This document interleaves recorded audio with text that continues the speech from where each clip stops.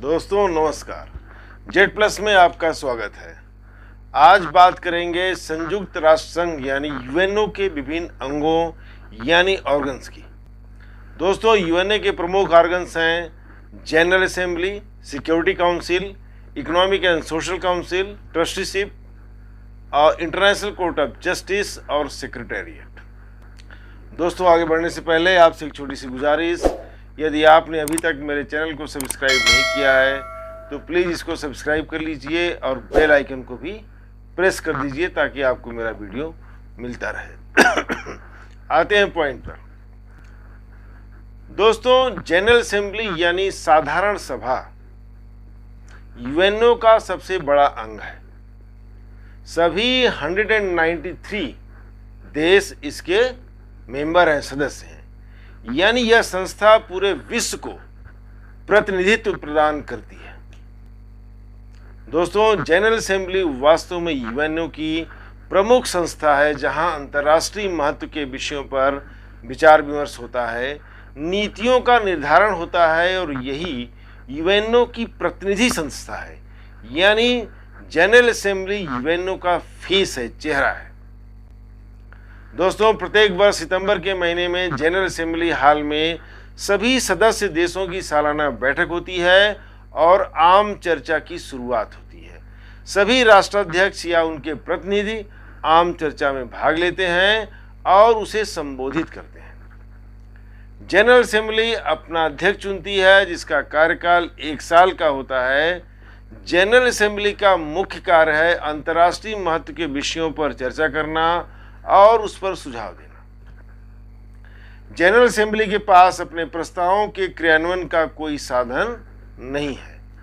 General assembly के अन्य कार्य हैं नए सदस्यों का प्रवेश, आर्थिक और सामाजिक परिषद के सदस्यों का चयन, सुरक्षा परिषद के अस्थायी सदस्यों का चुनाव, नॉन परमानेंट मेंबर्स का, ट्रस्टीशिप काउंसिल का चुनाव, इंटरनेशनल कोर्ट ऑफ जस्टिस के जजों का चुनाव।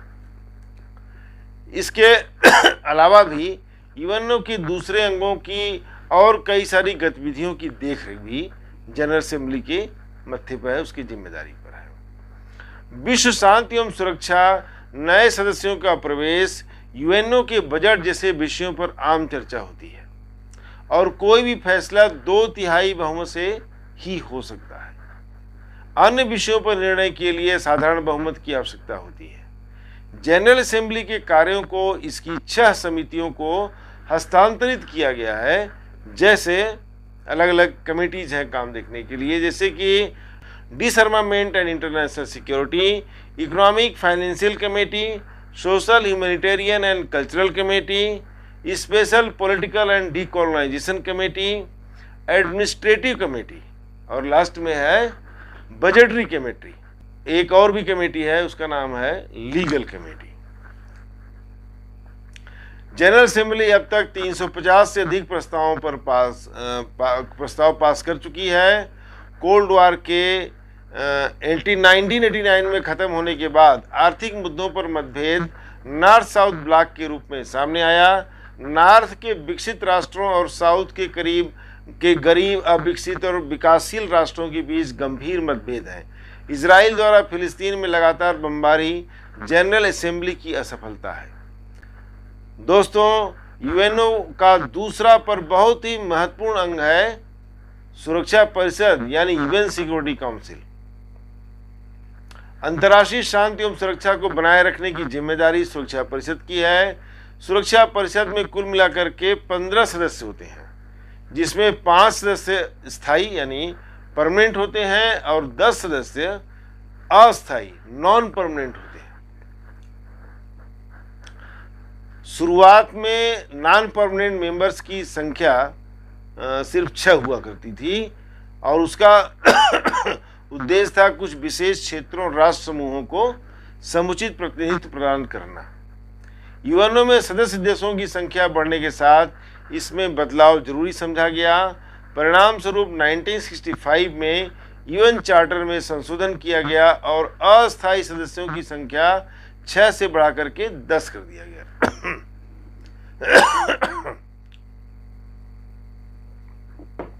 अस्थायी सदस्यों का चुनाव क्षेत्रीय प्रतिनिधित्व को ध्यान में रखकर किया जाता है।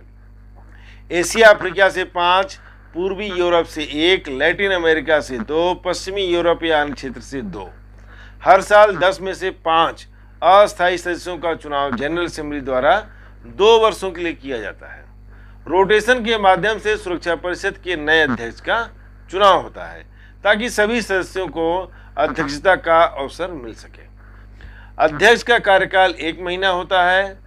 1971 में रिपब्लिक ऑफ चाइना ताइवान के स्थान पर पीपल्स रिपब्लिक ऑफ चाइना को सदस्यता दी गई। 1991 में रशियन फेडरेशन ने सोवियत यूनियन की जगह ली। जर्मनी के एकीकरण के बाद जर्मनी, भारत और जापान ने सुरक्षा परिषद के स्थायी परमानेंट मेंबरशिप के लिए अप्लाई किया हुआ है, आवेदन किया हुआ है, पर इस पर न तो कोई ठोस विचार हुआ, न ही सदस्य देशों में अभी तक कोई सहमति बन पाई। अमेरिका, ब्रिटेन, फ्रांस, रसिया और चीन इसके अस्थायी सदस्य हैं जिनके पास वीटो पावर है। सभी प्रक्रियात्मक मामलों यानी प्रोसीजरल मैटर्स और मौलिक यानी सब्सटेंटिव मैटर्स पर सकारात्मक निर्णय के लिए कम से कम 9 सदस्यों का समर्थन आवश्यक है, जिसमें परमानेंट मेंबर शामिल है। कोई मामला प्रोसीजरल है या सब्सटेंटिव है, इसका भी फैसला वोट के माध्यम से ही होता है। यूएनओ के चार्टर के अनुसार सभी सदस्य राष्ट्रों द्वारा सुरक्षा परिषद के फैसलों का अनुपालन उनका दायित्व है, रिस्पॉन्सिबिलिटी है।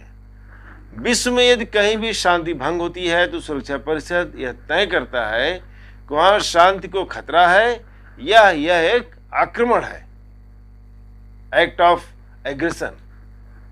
सुरक्षा परिषद सभी पक्षों को शांतिपूर्ण तरीकों से विवाद को हल करने का आग्रह करता है, साथ ही विवाद को हल करने के तरीकों की सिफारिश करता है। समायोजन के साथ साथ समाधान के शर्तों पर भी अपनी राय व्यक्त करता है।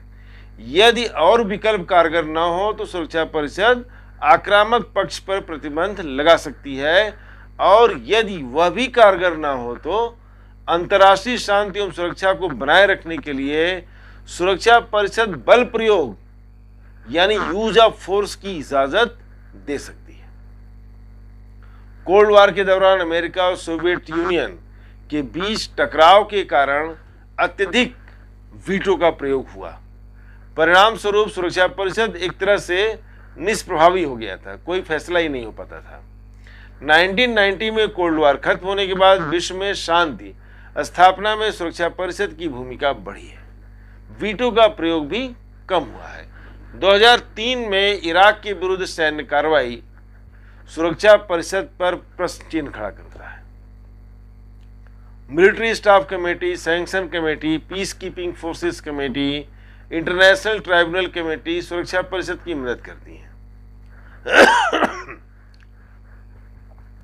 दोस्तों, अब आते हैं आर्थिक और सामाजिक परिषद यानी इकोनॉमिक एंड सोशल काउंसिल पर। विश्व के आर्थिक, सामाजिक, मानवीय, सांस्कृतिक एवं पर्यावरण के विषयों पर व्यापक चर्चा, सदस्य देशों के बीच समन्वय, नीतियों की समीक्षा और जरूरी सिफारिशें करने के अलावा अंतर्राष्ट्रीय सहमति के आधार पर निर्धारित विकास के लक्ष्य को प्राप्त करने के लिए 1945 में ही आर्थिक एवं सामाजिक परिषद का गठन किया गया था। यह संस्था यूएनओ की गतिविधियों और आर्थिक, सामाजिक एवं पर्यावरण के क्षेत्र में कार्य कर रही एजेंसियों, दूसरी पर्यवेक्षक, सहायक या विशेषज्ञ संस्थाओं के केंद्रीय तंत्र यानी सेंट्रल मैकेनिज्म के तौर पर काम करती है। आर्थिक एवं सामाजिक परिषद की कुल 54 मेंबर्स होते हैं।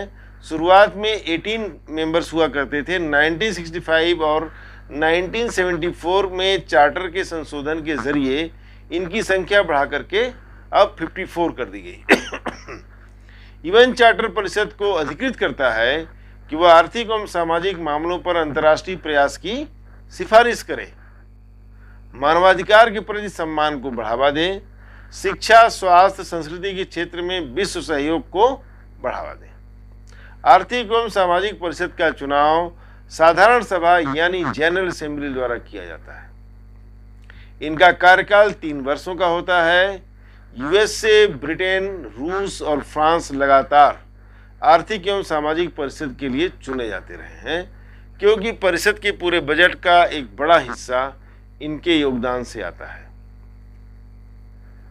विश्व के सतत विकास के लिए विचार विमर्श, चर्चा, नवीन सोच पर यह यूएनओ का केंद्रीय मंच है, सेंट्रल प्लेटफॉर्म है। दोस्तों, अब बात करेंगे यूएनओ के दूसरे महत्वपूर्ण अंग ट्रस्टीशिप काउंसिल की। यूएनओ के चार्टर के चैप्टर 13 के अंतर्गत ट्रस्टीशिप काउंसिल का गठन किया गया था। उन 11 ट्रस्ट क्षेत्रों की अंतर्राष्ट्रीय देखभाल के लिए जिन्हें यूएनओ के 7 सदस्य देशों के प्रशासनिक नियंत्रण में रखा गया था, ताकि इन क्षेत्रों के स्वाधीनता एवं स्वतंत्रता के लिए जरूरी कदम उठाए जा सके। इसका आधार यह था कि वर्ल्ड वार II में हारी हुई शक्तियों के नियंत्रण में से मुक्त उपनिवेशों यानी कॉलोनीज को कहीं विजयी शक्तियां अपने नियंत्रण में ना ले लें, फिर से न कोई किसी का कंट्रोल हो जाए। इसलिए इन्हें अंतर्राष्ट्रीय देखरेख में एक ट्रस्ट देश द्वारा संचालित किया जाएगा, और तब तक जब तक कि उनके भविष्य का निर्धारण न हो जाए। 1994 आते आते सभी ट्रस्ट क्षेत्रों ने स्वाधीनता या स्वतंत्रता प्राप्त कर लिया था। अब ट्रस्टीशिप काउंसिल के लिए कोई ज्यादा काम नहीं बचा था। तो 1 सितंबर 1994 को काउंसिल ने अपना कार्य निलंबित कर दिया। एक प्रस्ताव पारित करके सदस्यों ने प्रत्येक वर्ष होने वाली काउंसिल की आवश्यक बैठक के मौजूदा प्रावधान को समाप्त करके उसे आवश्यकता अनुसार कर दिया गया, यानी अब जरूरत होगी तो बैठक बुलाई जाएगी।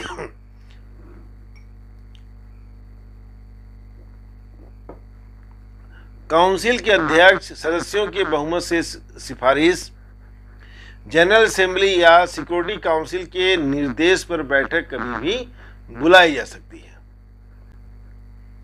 दोस्तों, यूएनओ के गठन के वक्त अन्य अंगों के अलावा एक बहुत ही महत्वपूर्ण अंग इंटरनेशनल कोर्ट ऑफ जस्टिस का भी गठन किया गया था। यह यूनाइटेड नेशंस का मुख्य न्यायिक अंग है, मतलब जुडिशियल। यह यूनाइटेड नेशंस का एकमात्र अंग है जिसका मुख्यालय न्यूयॉर्क से बाहर है। इसका मुख्यालय नीदरलैंड की राजधानी हेग के पीस पैलेस में स्थित है। दरअसल इंटरनेशनल कोर्ट का विचार लीग ऑफ नेशन से भी पुराना है। अंतर्राष्ट्रीय विवादों के समाधान के लिए एक इंटरनेशनल कोर्ट की स्थापना का विचार 1899 में हेग में एक अंतर्राष्ट्रीय सम्मेलन के दौरान पहली बार आया, जो बाद में permanent court of international justice के तौर पर लीग ऑफ नेशन से जुड़ गया। 1945 में यूएनओ के गठन के वक्त यह अपने वर्तमान स्वरूप में आया। इंटरनेशनल कोर्ट ऑफ जस्टिस का मुख्य कार्य है राष्ट्रों के बीच के कानूनी विवादों का अंतर्राष्ट्रीय कानूनों के अनुसार समाधान निकालना।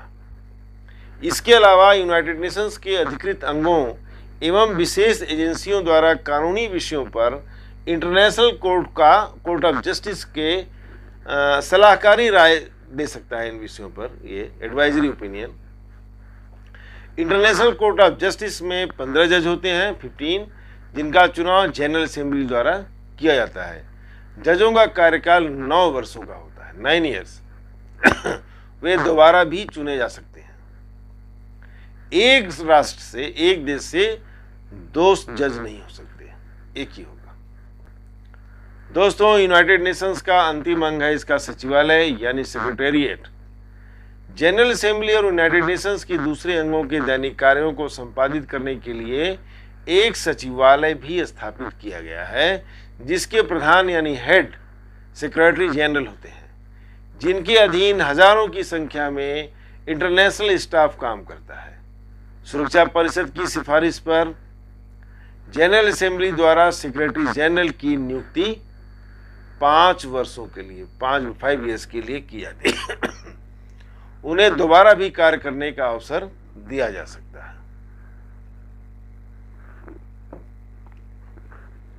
सेक्रेटरी जनरल यूनाइटेड नेशंस के मुख्य प्रशासनिक अधिकारी होते हैं और वे पूरे विश्व के लोगों के प्रतिनिधि होते हैं, रिप्रेजेंट करते हैं पूरे वर्ल्ड को। यूनाइटेड नेशंस के उच्च आदर्शों के प्रतीक होते हैं। सचिवालय के स्टाफ की भर्ती अंतर्राष्ट्रीय स्तर पर और स्थानीय स्तर पर की जाती है और उन्हें दुनिया के विभिन्न हिस्सों में शांति अभियानों में भी जाना पड़ता है, जहां उनके अनेक प्रकार के उन्हें खतरों का भी सामना करना पड़ता है। अब तक सैकड़ों बहादुर स्त्री एवं पुरुष शांति अभियानों के दौरान अपनी जान गंवा चुके हैं, शहीद हो चुके हैं। मिलते हैं दोस्तों नेक्स्ट वीडियो में किसी और टॉपिक पर। मेरे चैनल को सब्सक्राइब करेंगे तो मुझे आपका सपोर्ट मिलेगा। नमस्कार, धन्यवाद।